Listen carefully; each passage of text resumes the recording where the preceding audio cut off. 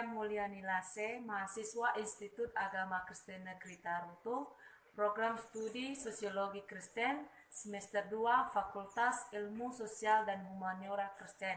Pada video ini, saya akan memaparkan teori-teori menurut Bapak Sosiologi, Bapak Charles Horton Coolidge. Sebelum itu, kita harus tahu biografi Bapak Charles Horton Coolidge. Dia lahir di Ann Arbor, dekat Michigan pada tanggal 17 Agustus 1864 dan meninggal dunia pada tanggal 8 Mei 1929 di usianya ke-64 tahun.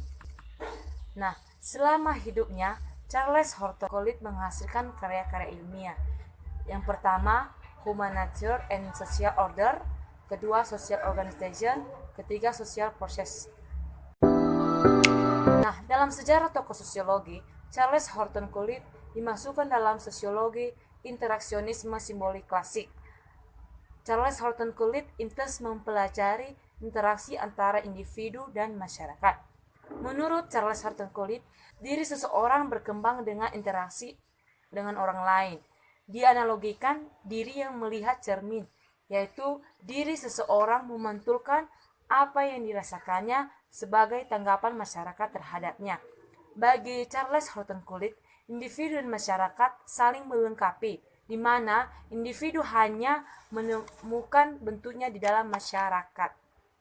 Charles Horton Coolidge mengemukakan perbedaan antara kelompok primer dan kelompok sekunder dalam karyanya Social Organization 1909.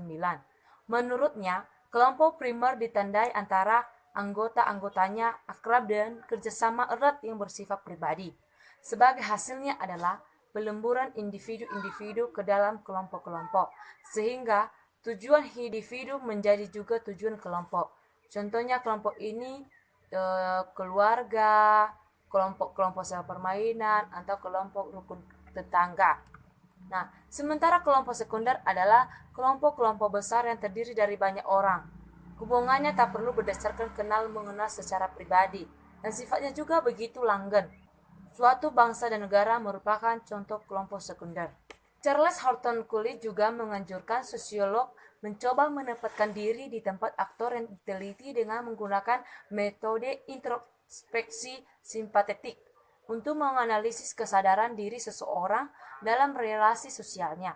Sosiologi seharusnya memusatkan perhatian pada fenomena psikologi sosial seperti kesadaran, tindakan, dan interaksi.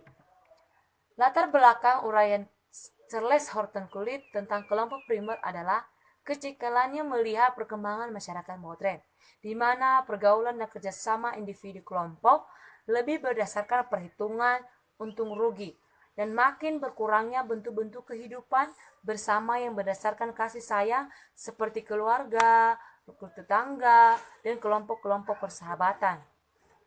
Sebagai sosiolog, Charles Horton Coolidge begitu romantik. Pemikirannya Charles Horton Coolidge banyak dipengaruhi oleh George Herbert Mead, Sigmund Freud, dan suasana damai kota Ann Arbor. Pemikirannya cukup berpengaruh dan memberikan inspirasi, dan utamanya bagi perintis teori interaksi simbol seperti Mead dan Blumer.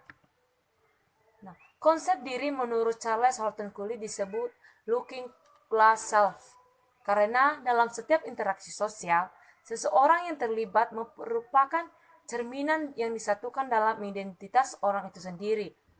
Dan analisanya mengenai pertumbuhan sosial individu, ia mengembangkan diri sosial menurut William James.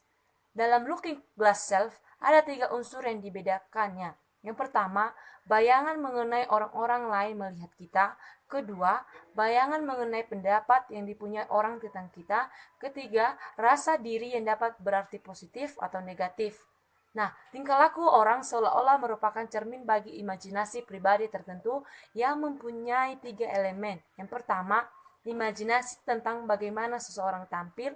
Kedua, imajinasi tentang bagaimana orang lain menilai terhadap penampilan itu. Dan ketiga, reaksi-reaksi emosional terhadap penilaian orang lain.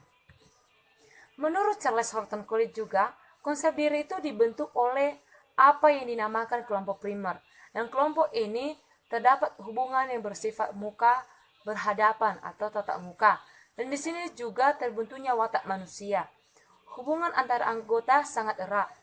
Dalam anggota saling membaur sehingga tujuan yang akan dicapai akan ada kesamaan. Nah, faktor-faktor yang menyebabkan adanya hubungan yang mesra menurut Charles Horton Collins, yang pertama, adanya rasa solidaritas yang tinggi di antara para anggotanya dan mereka merasa membutuhkan kepentingan yang sama. Dan kedua, perasaan senasib dan sepenanggungan karena merasa mempunyai latar belakang sejarah yang sama. Syarat-syarat yang harus dimiliki kelompok primer yaitu pertama, para anggota kelompok secara baik berdekatan antara yang satu dengan yang lainnya. Kedua, jumlah anggota sedikit. Ketiga, hubungan antara anggota kelompok bersifat langsung. Demikianlah pemaparan saya mengenai teori-teori menurut Bapak Sosiologi kita yaitu Charles Horton Collins. Terima kasih.